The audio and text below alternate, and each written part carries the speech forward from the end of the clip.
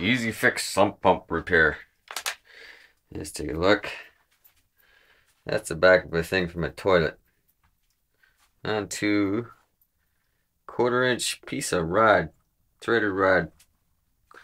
It goes all the way down, back onto here, mounted onto a piece of wood.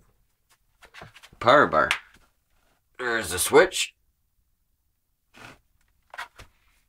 Okay, end of an extension cord. Cut it off both sides. Drilled a hole. And glued it onto the switch to go up and down.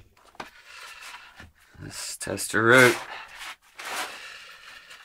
Okay, let's see. Lift this up. Right here. It goes on. Lift it up a bit. And she's sucking. Let go of it. Goes back down. Easy fix, folks. That's all you need. It doesn't cost much to fix it. Because it won't need the flashlight anymore. Well, that's it. Oh, guess I better turn off that flashlight. Got a fire here.